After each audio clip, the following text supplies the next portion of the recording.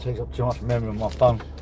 But there's Rickey Killeen's situation, which I find it quite disgusting that people are trying to make him out to be the villain when he's been in a motorbike crash. He's missing half his face, his teeth falling out. He's got a brain injury, broken foot. And people are giving a lot of grief because he's not, he's not forcing people to give him money, but he's got the donation thing out there. Look, do people understand what a rip-off is or a scam is? A scam or a rip-off is when you make up a lie about yourself or about the situation. You raise money for that cause, then you give it to yourself. Now, the evidence is there. Ricky's teeth are falling out. He's got x-rays, medical bills through the roof. And believe me, I live in Thailand. The medical bills can be absolutely... They can go into the tens, even hundreds of thousands of pounds. Yeah, he shouldn't have got behind the wheel and been drunk. But I'll tell you what, it's a different country. It's a different lifestyle.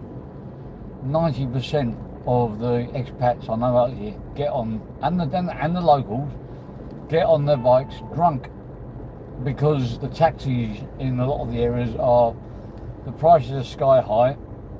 I don't want to be arguing with a taxi at the end of the night about being overcharged for a bill which, like they're paying like 40 quid to go like 5 minutes down the road. I'd rather just jump on a pop.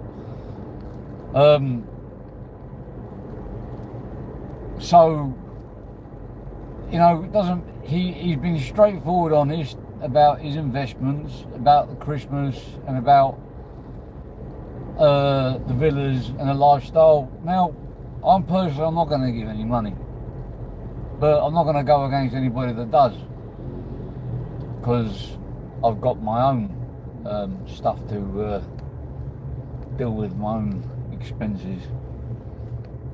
And people are going to say, oh, but you gave Dave $2.5 grand. Well, that was a bit different. That wasn't for charity, and he didn't do what he said he was going to do on the tin. That was different. As for, that other thing he did, bringing down the alleged beast, he, asking for money for petrol, which wasn't really necessary. Asking for money for posters, putting one up, taking a picture, putting it down, putting it up somewhere else. That's a scam. And then people, I can't get my head around it. People are saying, oh, if he gets money out of this, he's going to do it again, come off his bike or crash his car and get the government to pay, or get the people to pay for it. I'm like, what planet are you on? Well, so he's going to risk dying to try and fleece his subscribers out of money. Is that what you're trying to say? Oh my God. Look, listen, it is bad what happened, and it would have been really, really bad if somebody else was injured, especially a child, out at 1 o'clock in the morning, apparently, when it happened. But the fact is, it happened. Now, you got charities called like prisoners abroad and stuff like that, because people do come out here to this part of the world and they make mistakes. They do things they wouldn't normally do back home. Does that mean that we just stop giving to people which are down? Look, some people haven't got much money, and people are donating like £1 or £2 out of their benefit money, which is free from the government. Now, I'm not to judge whether they deserve it or they don't deserve the money from the government, but that's nothing to do with me. But at the end of the day, like, the other thing is that I saw Eye Opener say that I do like a lot of his videos. Sometimes I agree, sometimes I disagree. That is called a democracy. But this one I don't agree with him on, because, okay, yeah, there's a lot of other worthwhile charities out there, like, giving money to children and stuff. The problem is they're not asking. Nobody else is asking. My granny always said, if you don't ask, you don't get. But don't be jealous of people out there that are living in a tropical part of the world that do have 300,000 subs or whatever all across different platforms, And the reason why they sub is because they like listening to his stories, but then people like say, don't give your money to this person, give it to that person. I thought that was the whole point of living in a blooming democracy. I mean, the whole thing, we didn't want digital ID cards, so the government wouldn't go around saying, oh, you can spend your money here, but you can't spend it there. I mean, who are people to judge what a worthwhile cause is? If you want to give your money to him, give it to him. He's been straight up front about what he's got and what's happened. So why has anyone got a problem with that? I mean, if it turned out that he was pretending that he had no money and he had no investments and he had no crypto and he had no villas, but it turned out that he did, that'd be a different story. But he's been straight up and he's come out there and he's said exactly what he's got. You know, and we live in a different part of the world. We don't go on a national health. You know, if you crash here, you pay. You pay. And some people are getting in such a bad situation that they can't get out of it. They end up in prison because they can't pay the bills. Yeah, and nearly I've got friends of mine that got behind the wheel of their bike and died on the way home. They fell off by themselves and died. They weren't going to go out. Someone invited them out, said, okay, we'll go out. 2 o'clock in the morning, on their way home, wobbling around, died. Yeah, they could have hit someone, they could have killed someone. In this case, it was him, and it left his missus, who was pregnant, with the child never seeing the father. Was it his fault? Yes, of course it was. Did he deserve to be punished like that? No. Not in my opinion. But everyone's entitled to their own opinions. But, you know, if there are any worthwhile charities out there for children or stuff like that I open and says you're better off giving money, why not highlight them rather than slate people that obviously have had a crash, their heads in bits, their foot's in bits, and they're still coming on to give news to their subscribers that actually, you know, no one's forced them to hit the subscribe button and the bell.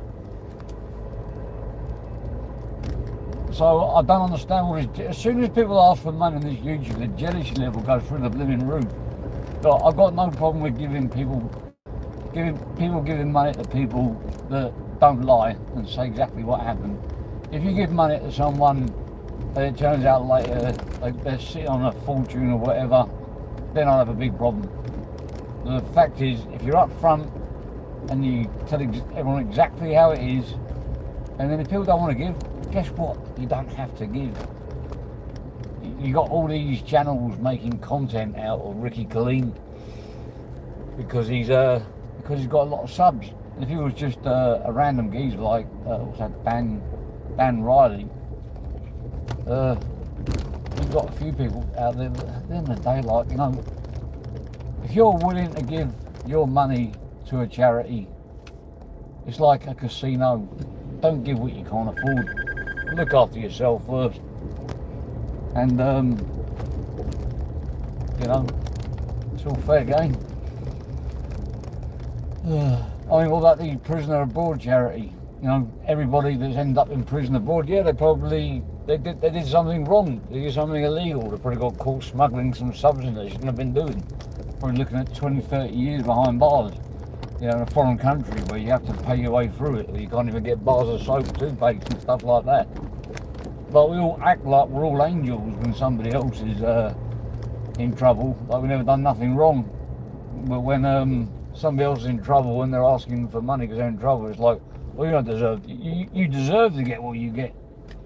Really? He deserves to be in a car crash, in a bike crash. He deserves to have, you know, possible head fracture, skull fracture, teeth missing, foot broken, because he deserves it, because I don't know what the reason is to saying he deserves it. Oh yeah, because he got on the bike drunk to go down to a local bar, which nearly all expats do, all of them. It's just most people get, well, not 80% of the people get away with it and they go home. It only takes one time. All the car crash victims, bike crash victims I've picked up, they've all been drunk. And I had to go and give the news to their families, you know, that their son's passed away, they're never going to see him again, or their daughter, or even worse, they've crashed into an innocent person on their way to work, which is even worse. It can always be worse. And if that's the case, it's sad, but you just get on with it. If that was the case, I'd be more looking at raising money for the victims who died rather than the person who crashed, because I believe in the person that crashed would be paying through their nose for those victims as well. That's how it works out here. If you crash into someone and it's not their fault, you're liable. And if he crashed into someone and it was his fault because he was drunk, he wouldn't be looking at 40,000. He'd be looking at over 100 grand, and it would never stop. And he'd be in and out of the courts and everything. So you know, he's been honest, he's been straight up. So let the man be. Adios. I'll go for a coffee. All right, Humble Crumble. I'm just doing one. Smell you later.